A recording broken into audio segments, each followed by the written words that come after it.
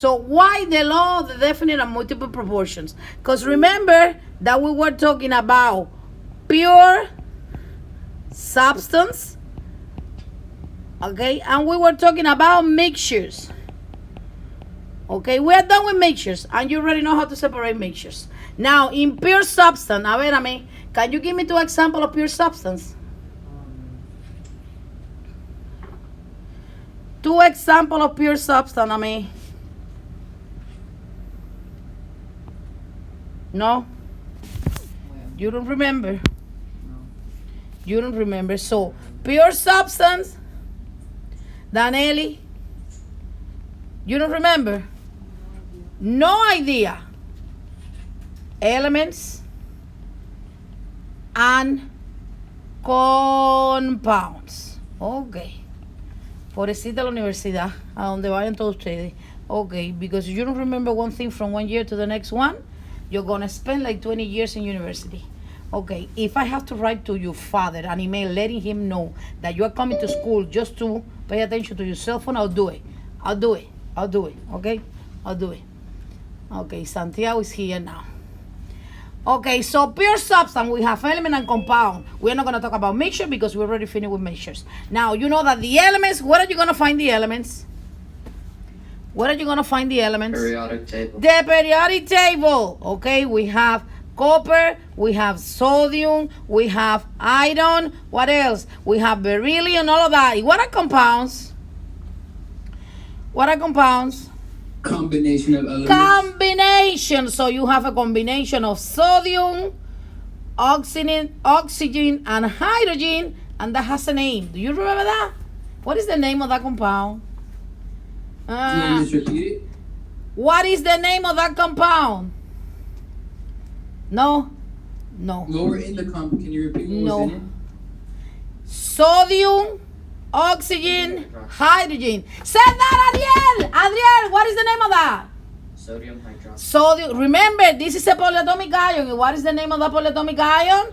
Sodium hydroxide. But if you have this, okay, Adriel, do you remember how you named that? Beryllium. And I have only one. What is gonna... Iron, right? No. That's beryllium. See? And you have fluoride. But you have only one. What's gonna happen to the ending? You're gonna drop that. You're gonna add IDE. Beryllium fluoride. You don't remember that? Okay, it doesn't matter because here in this class you're gonna learn that one more time. Okay, so pure substance. Now what happened? Okay. Sample 1. Sample 2. So in my two samples, I have compounds. So I have a compound over here that is made of hydrogen and oxygen. And I have a sample over here that is made of hydrogen and oxygen. And my question is, are they the same compound? How would you know that? No idea. Because you're going to apply the law of definite and multiple proportions. Okay, you have compounds that even though they are not the same, they are made of the same elements. How are you going to identify if they are different compounds? Applying the law of definite and multiple proportions. Questions about that? No? Understand what I'm trying to say? Okay, so by the way, I'm not recording this. Two examples there. Okay, so remember, law of definite proportion. Elements, they're going to be in the compound in the same percent by mass. So if you have two samples that have the same element forming the compound, if you want to know if they are the same compound, what's going to happen? They need to have the same percent by mass of the elements. Are you following me?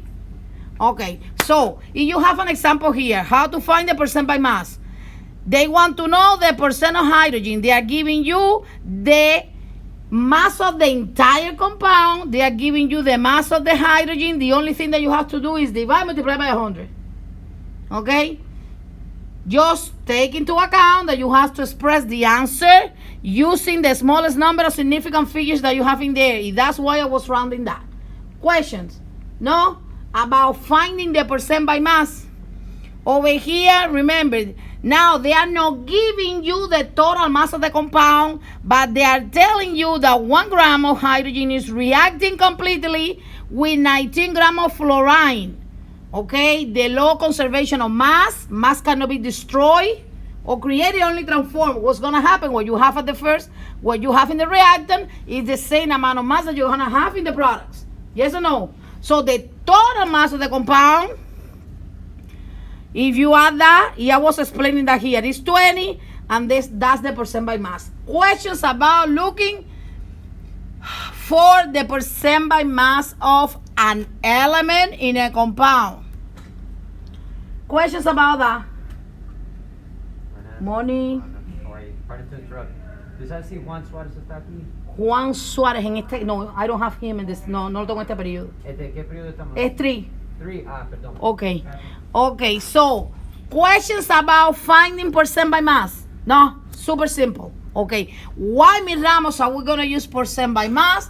Because if I give you 2 samples of compounds that are made of the same element, you can use this strategy to analyze if they are the same compound or if they are different compounds.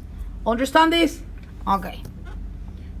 We have an example in here. You don't understand why the law of multiple proportion is stating, so we are gonna pay attention to this example that we have over here. Okay? And I was using hydrogen. Oh, look at this. This is a mistake. That happens when you are doing this late at night. Hydrogen and oxygen. Okay? I had 2 samples. 2 compounds made of hydrogen and oxygen.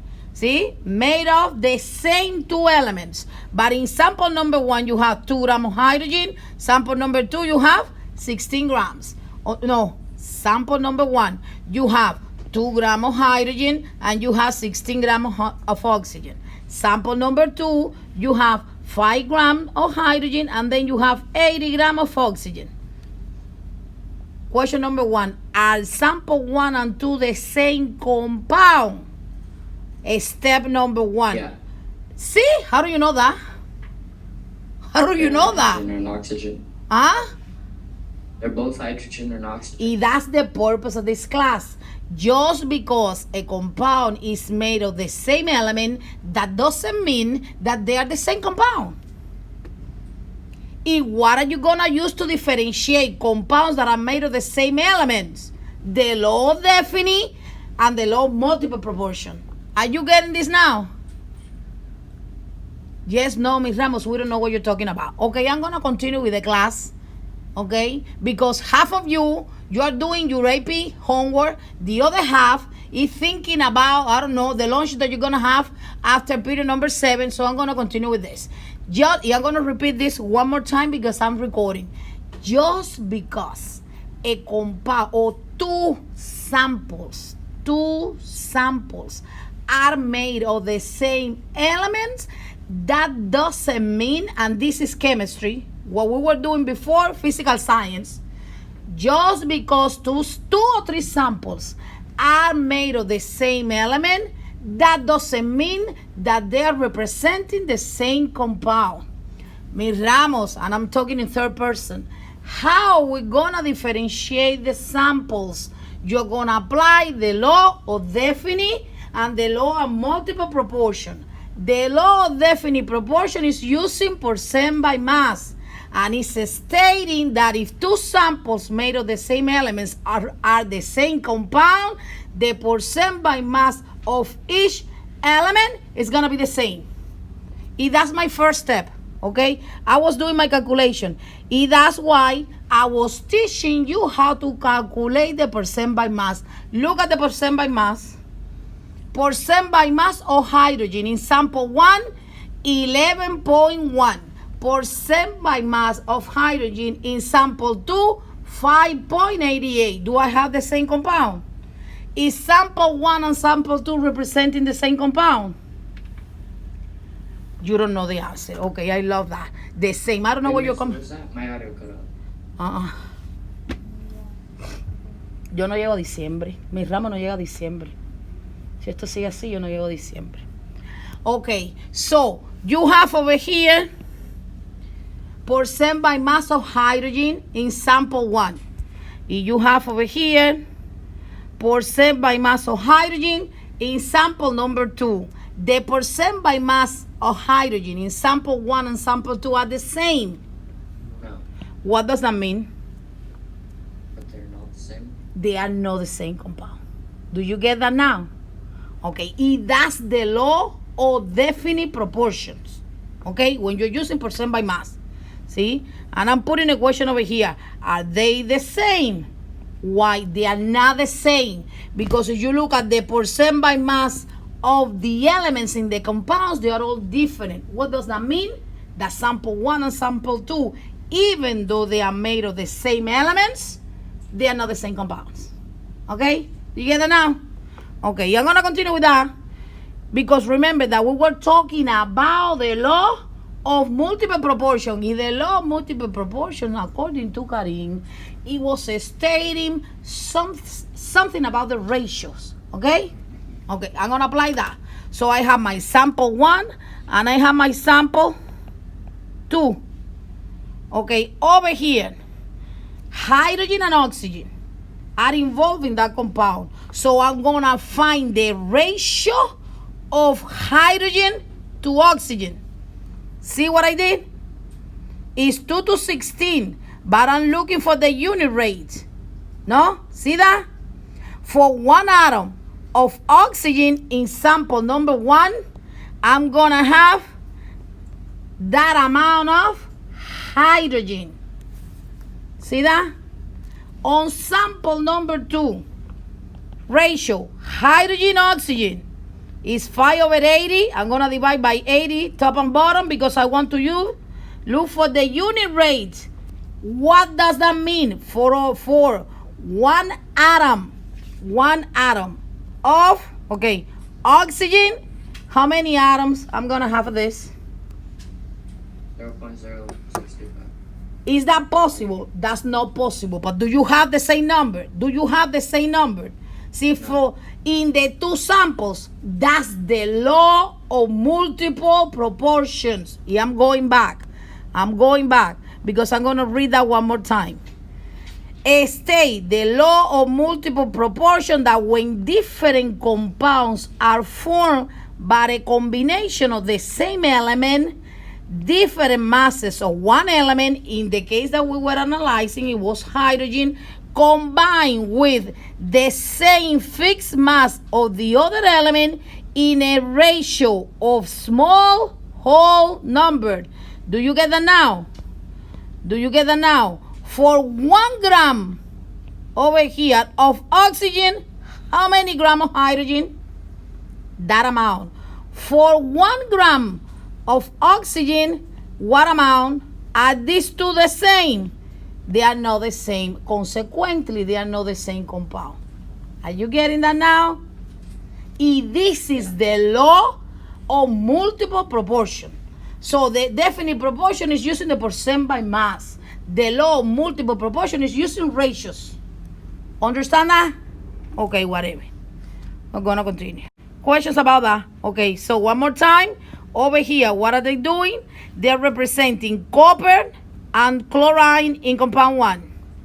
Copper and chlorine in compound 2. And over here is copper in compound 1, copper in compound 2. Questions about that? No? Now, if I have a bar graph and in compound 1 and in compound 2 I have the same amount, what does that mean?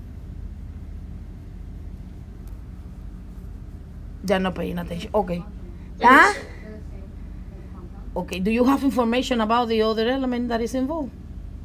So you have information. The only information that you have is that an element is made of 2 compounds and they have the same mass of one of the elements. With that information, can you say that they are the same? No. You okay? That's the point. Okay, the point of all of this. When you have sample of compounds made of the same elements, you have to apply the law of definite proportion by using the percent mass. Or you have to apply the law of multiple proportion looking for the ratios. The ratios are the same, you have the same compound. Percent by mass are the same, you have the same compound. If they are different, that means that the samples, even though they are made of the same elements, they are different compounds. Questions about that? What time is it? 8. Okay. So this class ends in 1 hour. Okay?